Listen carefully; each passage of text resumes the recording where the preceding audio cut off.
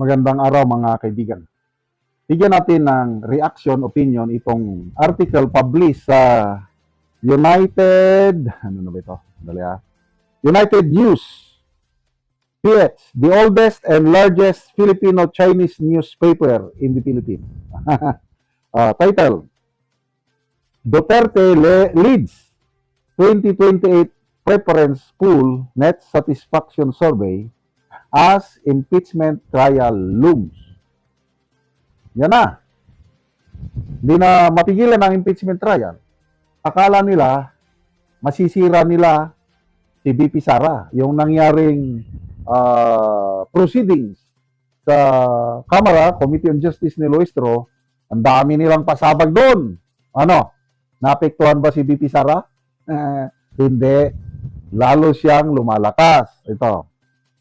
Vice President Sara Duterte continued to lead both the 2028 presidential preference rankings and net satisfaction ratings in the latest results of separate nationwide surveys. Results of a recent survey by Pulse Asia Research, commissioned by Strat-based group, show that 51% of Filipinos would vote for Duterte if May 2028 presidential elections were held during the survey period. Ang taas nun, 51%.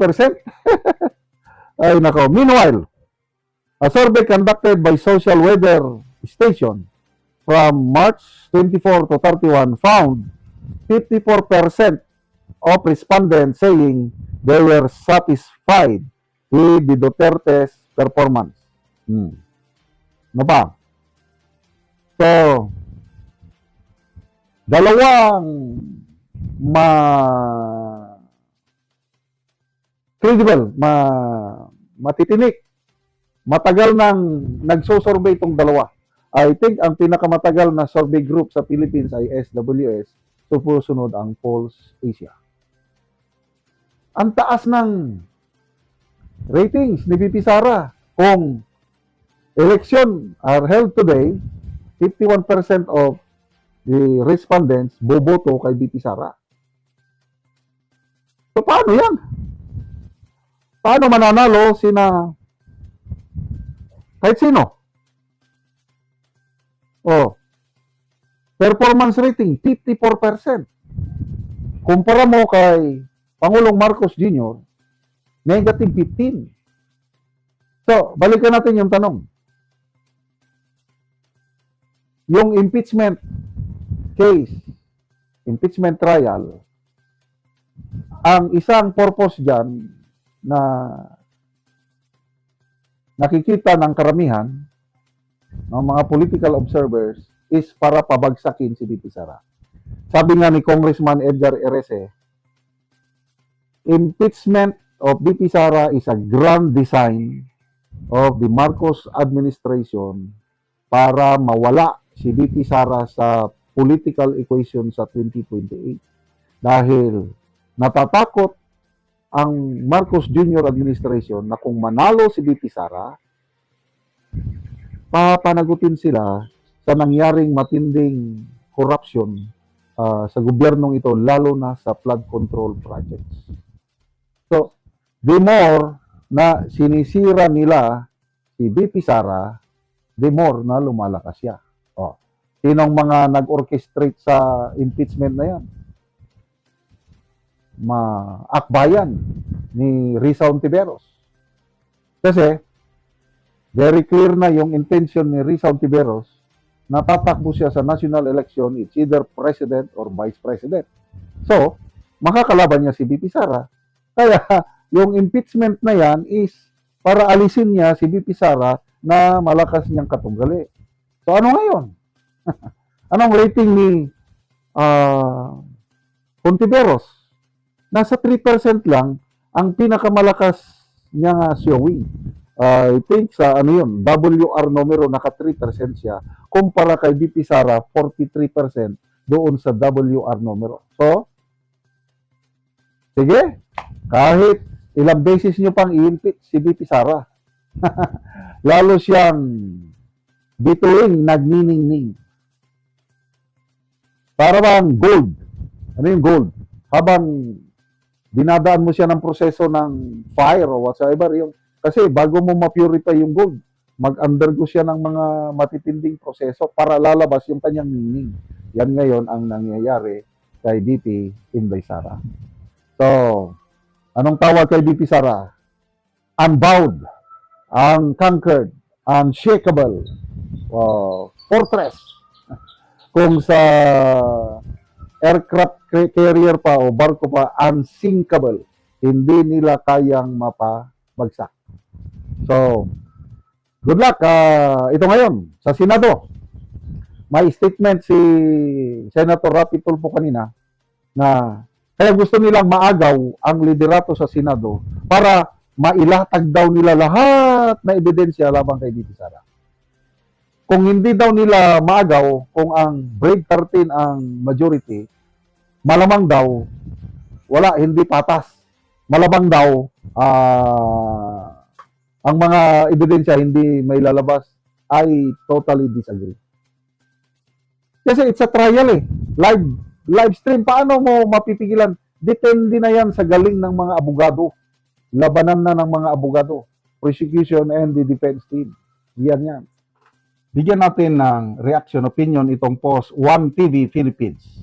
Pulse Asia, loyal ang mga Mindanaoan sa pamilyang Duterte. Ipinunto ni Pulse Asia Research Director Ana Tabapunda na nananatiling matatag ang suporta ng mga taga Mindanao sa pamilyang Duterte. Sa isang panayam, sinabi ni Tabapunda na malabong magkaroon ng malaking epekto kay Vice President Sara Duterte ang isyu ng impeachment, lalo na sa rehiyon ng Mindanao kung saan nananatiling mataas ang tiwala at katapatan ng mga botante sa kanilang pamilya. Batay aniya sa survey ng Pulse Asia, mahigit 90% ang respondent sa Mindanao ang nagsasabing handa silang iboto si Sara Duterte kung tatakbo ito sa pagkapangulo. Ito ang payag ng, I think, Professor Ana Tabapunda. The loyalty of Mindanaoans to the Dutertes is very strong. Na nagpapakita ng patuloy na malakas na impluwensya ng pamilyang Duterte sa kanilang bailiwick. Okay, so sa pinaka-latest na survey ng Pulse Asia, ang approval or satisfaction rating ni BP Sara sa Mindanao is 97%. Stayed yan. Kahit ng mga previous survey yan, matandaan ko, nasa 97%. Sa Visayas naman, 67% ang approval or satisfaction rating na napakalakas. So, ang unang mga interview o pahayag ni Professor Ana Tabapunda is halos wala daw magagawa ang endorsement ng Pangulong Marcos Jr. para talunin or para lang dumikit ang kandidato kay BP Sara pagdating sa Visayas and Mindanao. At maganda sabi niya na halos walang epekto ang impeachment trial ni BP Sara, of course, sa kanyang bailiwick o sa kanyang baluarte, Mindanao and Visayas. At ang nakakatuwa is, pati sa Metro Manila, tumataas na ang suporta ni BP Sara dito sa survey ng Pulse Asia. Kaya, ang tanging lugar na lang na mas mataas si Pangulong Marcos is yung Balance Luzon. Although, mababa na rin ang kanyang sa SWS survey to, positive, may positive net satisfaction rating ni PBBM sa Luzon, positive 2% na lang. Samantalang sa tatlong regions,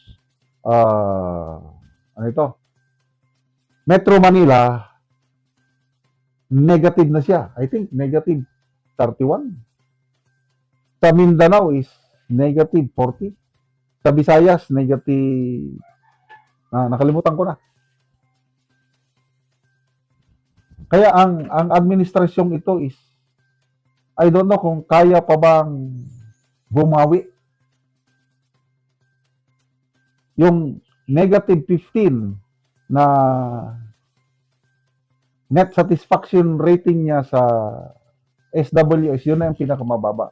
Dito naman sa Pulse Asia, negative 9% ang kanyang net approval or satisfaction rating. Samantala si BP Sara, maintain, steady or tumataas ng kaunti ang kanyang... Kaya maalala ko tuloy si Professor Clarita Carlos. Kilala natin ito na dating cabinet member ng Marcos Jr. Administration. Kaya lang, ngayon nagko-comment siya, nagiging patas lang siya eh.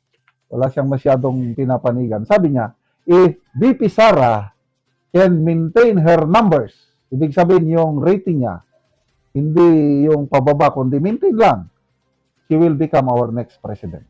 Wow, ang gandang pakinggan. Galing sa isang cabinet secretary ni PBBM noon. Tapos sabi niya, sana pag manalo si BP Sara, ang kanyang foreign policy ay para sa kabutihan ng Pilipino. Sana hindi siya papanig sa US, hindi siya papanig sa China, kundi papanigan niya ang national interest ng Pilipino, which is supposed to be. Itong Marcos Jr. administration kasi, hindi na national interest ang kanyang iniisip sa kanyang foreign policy. Masyadong dumikit sa mga Amerikano. Kaya ito, nagkakabuhol-buhol na tayo dahil sa kanyang pro-US stand. So, si BP Sara, sa nakikita ko is, she will have an independent foreign policy. Si Tatay Digong noon, kumalas siya sa US talaga, ayaw niya. Galit siya.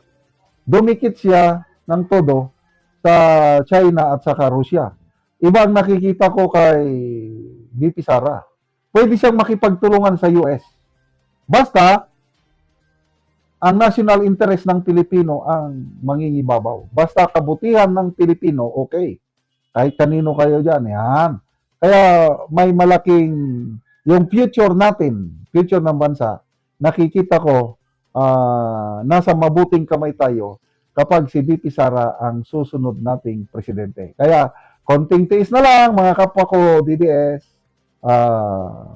there will always be a day of reckoning, sabi nila. 2 taon na lang, umanda kayo, mga maletagang members, dahil hindi kayo patatawarin, ipapakulong kayo ni BP Inday Sara.